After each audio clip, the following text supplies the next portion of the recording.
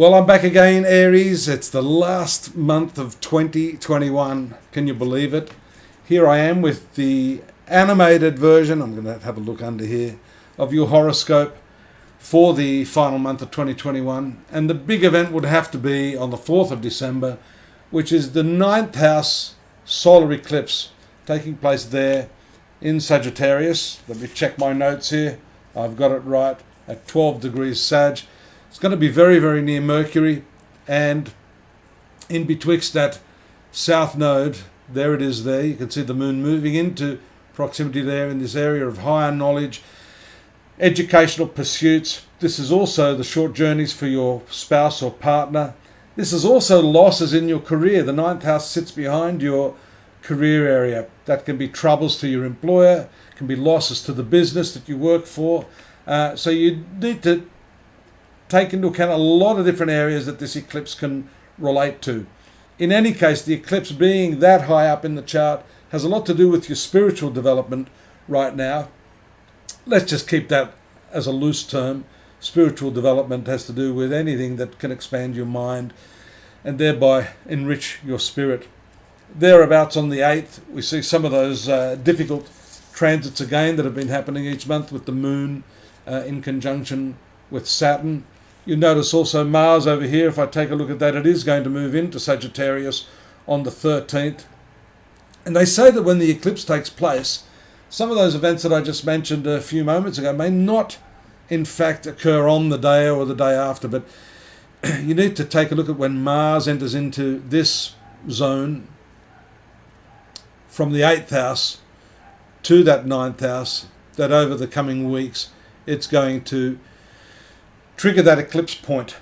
Mars is your ruling planet, so that's when I think the real effect of that eclipse is going to impact upon you. You've still got some nice stuff there in the 10th house. This is your career sector, with Mercury moving in there around the 14th, showing a lot of end of year activity in terms of emails, communications with employers, that sort of thing.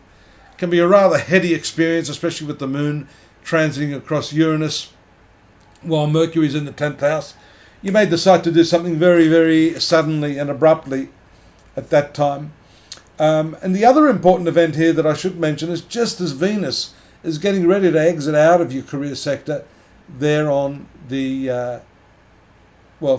end of December, we see that on the 19th, it goes, there it is on the 19th, it goes stationary and then retrograde. So that has a lot to do, especially if those of you are in business partnerships. Venus rules this 7th house of partners, 2nd house of income. So there's a lot of stuff going on there where this planet, especially next to Pluto, means that there's some forced need to reappraise your finances and your partnerships of a business nature when that planet goes into the retrograde motion so close to Pluto. There you also notice on the 22nd a very powerful transit of the Sun into your 10th house. So as you can see, a lot of the energy is taking place in the 9th, 10th and 11th house as the year comes to a close. Now we're moving up there, 24th, 25th of December. We see that even though you've got all the Christmas festivities taking place there, we see the cluster of planets in your 10th house, which is all career related. It's got to do with your self-esteem. It's got to do with employers. And of course, when the Sun and Mercury are together, it has a very strong connotation to do with government and industry and those larger businesses that you may be in touch with. In any case, this is the planet to look out for. In the last few days of December, Venus, the partnership and finance planet, doing its retrograde motion. That also relates to your partner if you're married or have a long-term committed partner.